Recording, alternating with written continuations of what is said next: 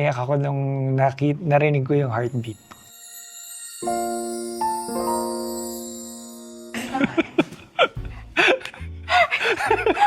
Pero, the awkwardness. Buti na lang nandito si Alex. Mas nakaka-pressure. Nakaka-conscious eh. Hindi, kasi, alam mo, meron siyang suggestion na una nating pag-uusapan na valid. Anong tawag mo sa akin? Ate. Hindi nga. Nung first trip nating 4 ni Paul, inisip ko, ano bang tawag sa akin ni Mikey? Pero inati mo ba ako? Minsan. Pero minsan, ano? Wala, parang tingin na lang, tungkol lang yun. Hindi, maring sis. Kasi di ba, ang tawag sa'yo ni Paul, sis. Oo, ang tawag sa'yo ni Paul, sis. Ako ang tawag ko kay Mikey.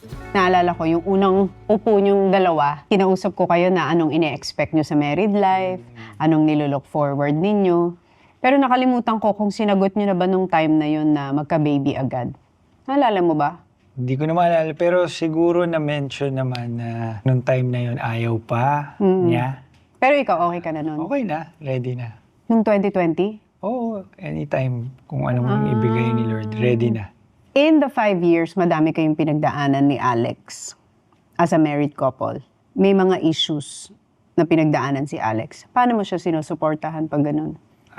Si Catherine, ang gusto lang naman yan kapag may mga ganyan, nandyan ka sa tabi niya at nilalambing mo rin siya. At you're just there for morally and physically. Naalala ko kasi noon, kinuwento sa akin ni Alex, na nung una mong bumusita sa ASAP, may isang artista na nagtanong sa'yo, bakit ka nandito? Tapos ang sagot mo is, bibisitahin ko si Alex. Tapos ang sagot sa'yo nung artista na yun is, nako, if I were you, wag na si Alex, di ba? Pero tinuloy mo pa rin. Oh. Kasi meron kang nakita sa kanya na hindi nakikita nung iba, di ba? Siya talaga yung gusto ko makilala. Tapos nung nakikilala ko siya, unti-unti lumalalim. Ito, parang makakasama ko to habang buhay. Deep inside, pag nakilala mo siya, mabuti at sarap siyang mahalin. Oo. Kasi naniniwala ako na hindi kayang baguhin ng asawa yung asawa niya. Ang pagbabago manggagaling mismo sa sarili mo. 'Di ba? Sa 5 years mong marriage kay Alex, ano yung napansin mo na nabago sa kanya? Tsaka ano yung napansin mo na, ito, I have to live with this? Yung nabago sa kanya, siguro mas patient na rin siya. Mas marunong na rin siyang makisama, na mag-compromise. And then, yung something na nandyan na talaga yung kakulitan niya. Yung minsan stubborn siya. Pero minimal lang naman eh. Overall, talagang okay, masaya naman. Kasi pagkasama mo siya, parang feeling mo, hindi mo na kailangan ng marami pang tao kasi na-occupy niya lahat ng personality na kailangan mo, di ba? Ganun siya for me. Ganun din ba siya sa'yo? Pag mag-isa ako, minsan may trip siya sa abroad, di ba? Hindi ako kasama mag-isa. Pag uuwi ako sa bahay, ramdam mo na empty pag wala siya. Nung nag-asawa kayo ni Alex, public servant ka na? Public servant na. Nung mag-asawa kami. First term? First term na. Paano mo binabalance yung pagiging public servant at pagiging asawa? Ngayon, natututunan ko ng balansehin din yung oras. Kasi minsan kahit magkasama kami, nandun ako sa cellphone, nauso kasi yung messenger, marami na rin nagme-message na tao, humihingi ng tulong din. And parang pag nandyan, parang kailangan kong sagutin. Nakakahiya naman pag hindi. So, I think kailangan din matutunan yung proper balance. Pero paano ka pumayag na yung unang kasal ninyo sa Taytay ka tumira? Okay lang sa akin. Masaya din naman sa Taytay. Nag-enjoy din Kasi ako. sinabi ni Alex na dito muna tayo titira kasi grabe yun. Sabi ko, connecting room kayo ng mami at daddy? Ano ba yan? Nagkasama pa kayo? Parang magkakasama kayong 4. Hindi kasi nung time na yun, pandemic eh. So, dahil may lockdown, pupunta ako sa kanya, tapos kailangan ko magstay ng matagal. So, nag-decide na kami na, sige, na tayo, pakasal na tayo para magkasama na tayo palagi. Dahil nga lockdown, mahirap mabalik-balik. So, dun muna kami. And nag-enjoy ako doon. Masaya yung 1 year doon. Kahit na kailangan kong bumiyahe pa Lipaw, nung at the time na yun, wala pa akong driver eh. Madalas nun, weekend lang ako umuwi. Kaya din siguro kinaya. Tapos feeling ko yung isa sa mga common denominator bakit na-attract kayo sa isa't isa is because kung paano kami sa Taytay, ganun ka sa Lipa. Sa family. Bakit kung para sa'yo ang Lipa? Kasi doon nag-start yung pamilya namin, yung great-grandparents ko pa. So, kung hindi dahil sa Lipa, hindi ko mararating or hindi namin may experience kung ano man yung na-experience namin. Nung nakapag-aral kami sa magandang eskwelahan, nakapag-aral din ako sa abroad. So, nung nasa abroad ako, mas na-appreciate ako kung saan ako nanggaling. Kasi nung day nga nung graduation ko, binalita na yung lolo ko may stage 4 cancer. The next day, umuwi na kami. And then nakita ko na yung family ko, yung parents ko, rattled sila. Kasi biglaan tinago ng lolo ko eh. And na-realize ko kahit gaano kaganda yung buhay sa abroad, kung hindi ko naman sila makakasama, parang mahirap din. So at the end of the day, family pa rin yung nanaing sa akin. Tuwing makakausap ko si Mikey, lalo ko ngayon nagigets bakit ikaw yung pinakasalan ni Alex. Kasi ang dami mong traits na nakikita ko ang daddy ko sa'yo. Yung paano magsalita, yung sobrang family man, at saka sobrang mapagmahal sa bayan. Ganyan na ganyan daddy ko. Sa sobrang pagmamahal niya sa bayan, naglingkod siya sa sarili naming bayan. Kasi yun din ang gusto kong itanong sa'yo na pinili mong maging public servant. Dahil? Actually, ako yung first na pumasok sa politics sa family namin. And then siguro meron din sa loob ko na mahilig din, na gusto rin siguro mag-serve. Naging student council president din ako noon. Siguro naging calling din ng Panginoon.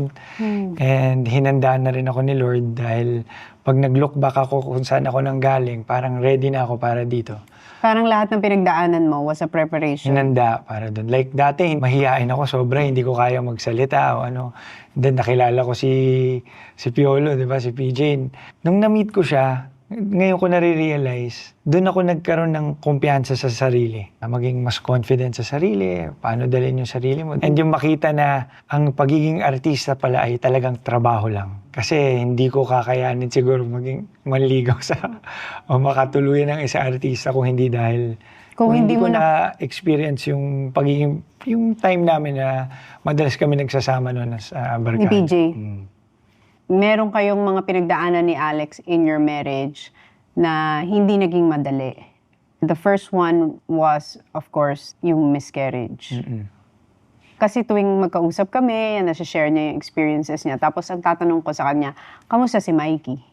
Like yung first one, paano mo hinandle yun? Yung first one, hindi ko rin talaga naisip na parang posible pala magkakaroon ng miscarriage. Akala mo tuloy-tuloy na? Oo, kasi di ba pag yung mga kaibigan mo, pag may mga nabubuntis, Dire-diretso lang. Walang problema.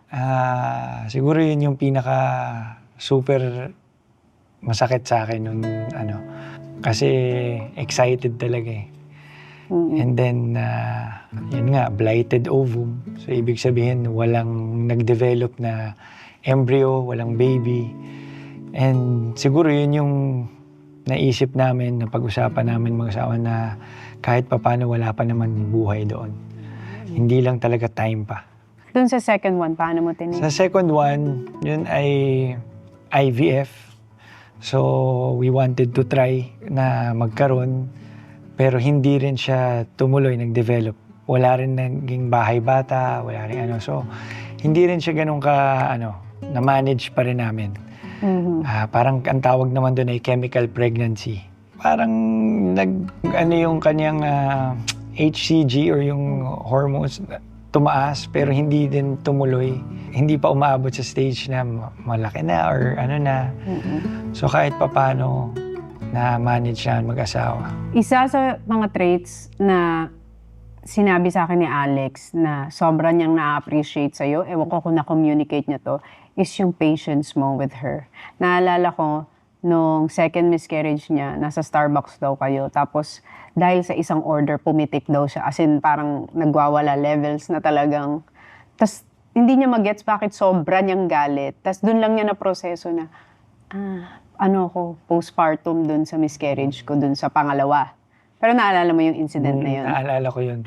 Tapos, ikaw daw, parang ano ka sa kanya na parang, hindi kita sasabayan. Alam kong may pinagdadaanan ka na. So, parang sinabi niya sa akin, alam mo, doon ko nakita si Mikey as ano talaga siya, as a real partner. Kasi iniintindi niya ako dahil alam niyang meron akong pinagdaanan. Nagre-research kasi ako lagi sa mga forums ng mga mami, mga buntis. Laging ang tip sa akin o ang pinapayo sa akin ng mga kaibigan ko na iba talaga ang pinagdadaanan ng babae pagdating sa pregnancy. And kita ko rin, no, yung height ng emotions, ang saya mo, tapos mag-aabang-abang-abang ka, tapos biglang mawawala. Lalo na yung IVF, nakita ko yung pinagdaanan ni Catherine bago kunin yung embryo sa kanya. Ilang injections, ilang punta, ilang trabaho rin na hindi matutuloy. So sacrifice talaga para lang magkaroon ng baby. And then, syempre, pagdating ng miscarriage, yung emotions mo, bagsak na naman. Para Nag-aabang kang ka, dinala sa roller taas coaster, tapos binagsak. In a span of 2-3 months, ganun yung ano mo, every week, up, down. May laman ba? Wala. So, iba. Tapos, syempre, di ba pag babae, iba yung hormone sa katawan pag pregnant So, kailangan mo talagang maximum tolerance, patience. Pero kasi, di ba, once you get married, you are one.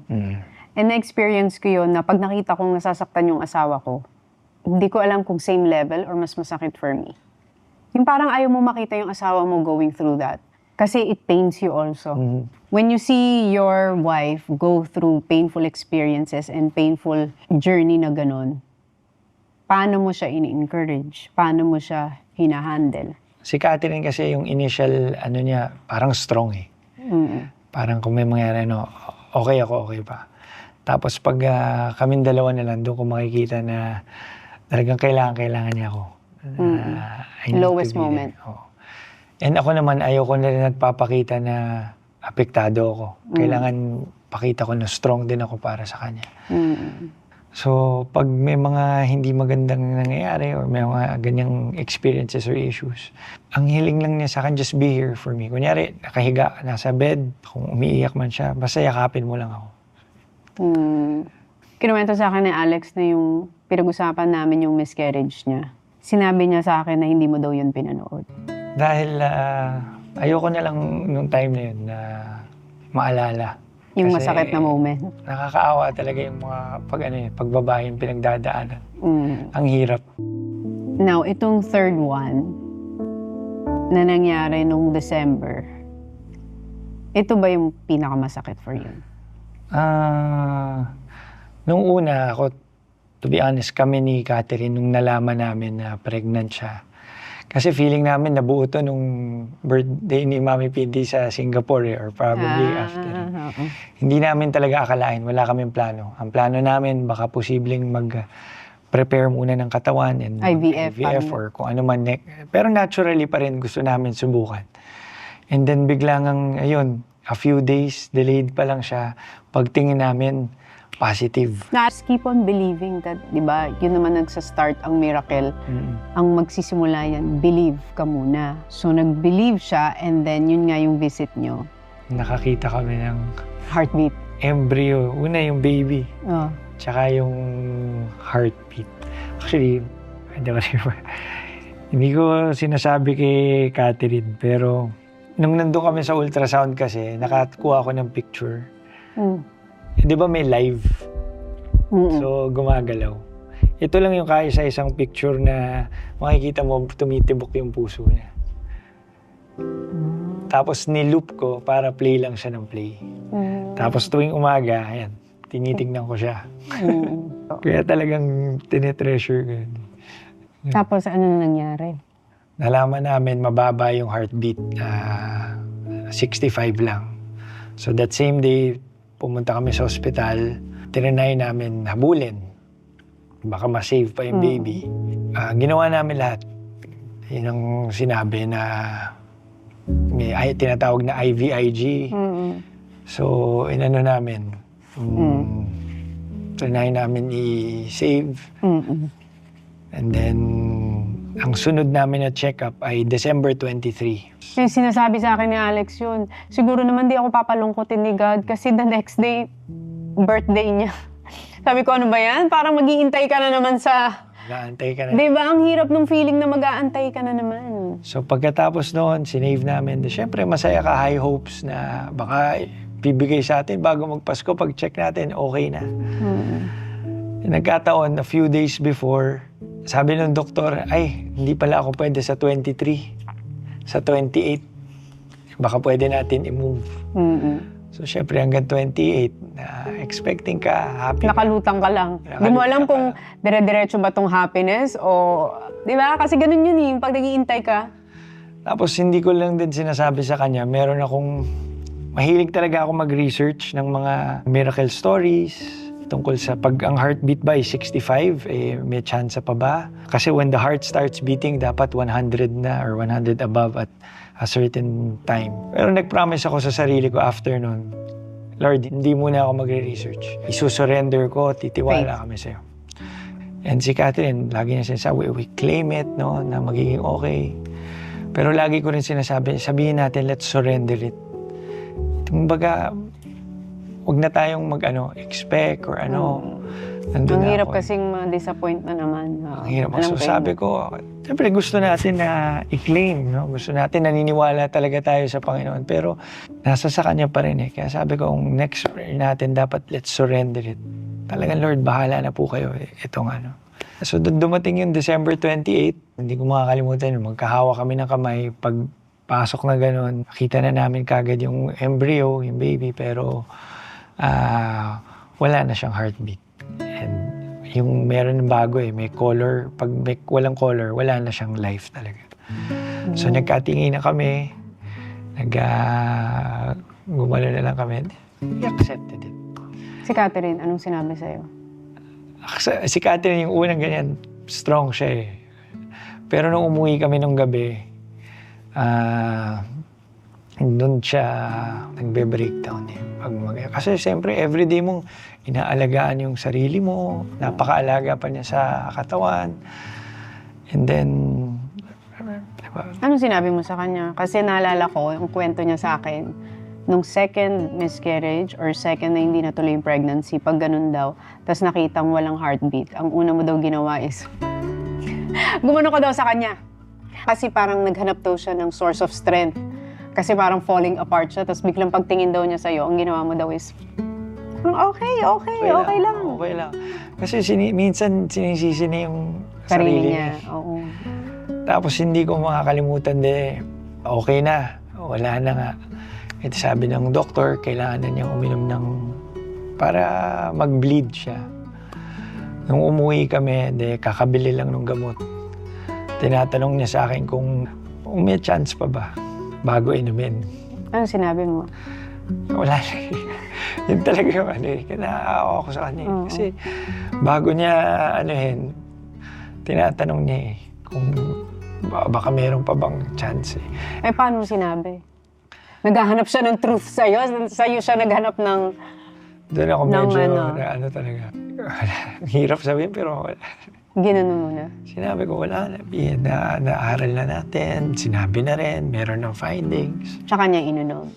Nung tsaka na siya nag-start. Naawa ko sa kanya nung i-DNC na siya o yung RASPA, di ba? Nandun siya sa operating or delivery room.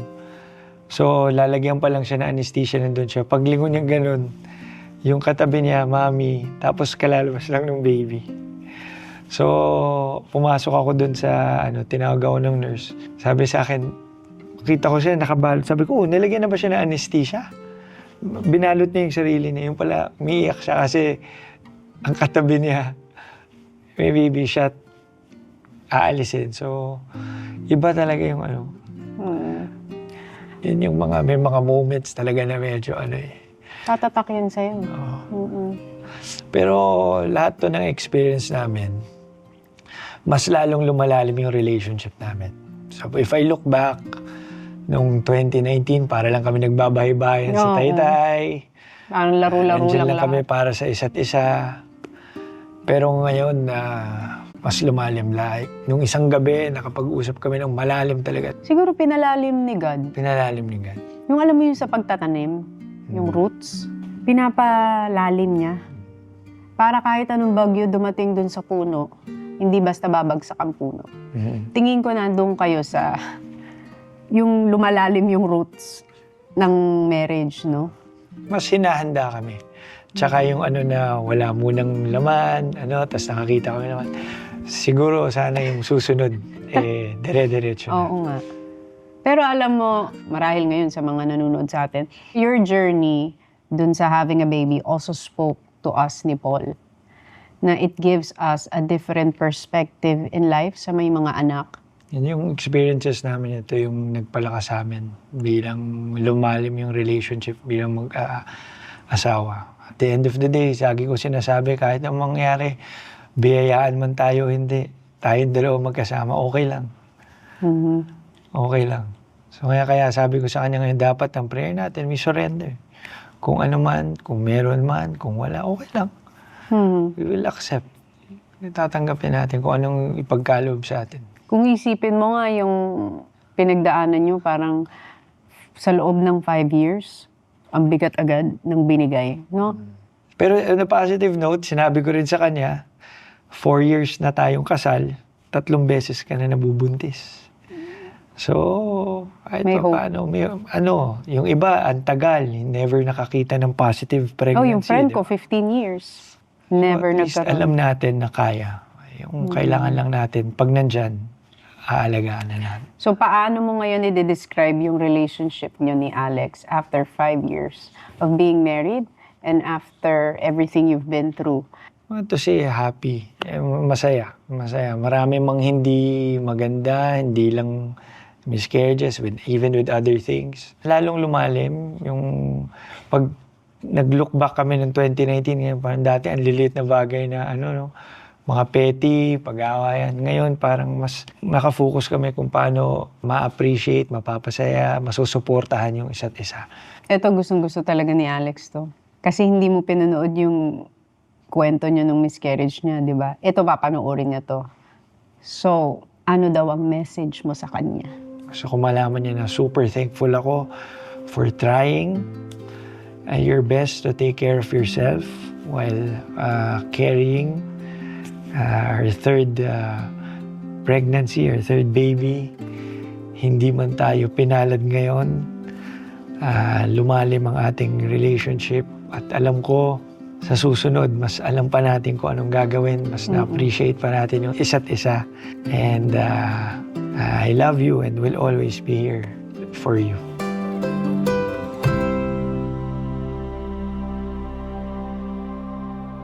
Thank you daw for 3 months na kayanan mo na walang siping dahil pinagbawal.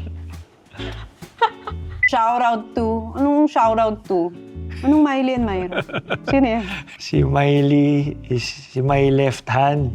Si Miley ay my right hand. Yun muna kasi ang nagamit for 3 months. Uy, umiyak si Mikey, grabe. Ako nga naiyak eh. Buti nga pinigilan ko na yung sarili ko, kundi pa ako na yung hahagulgul dito. Did you watch it? Let's have a foursome episode.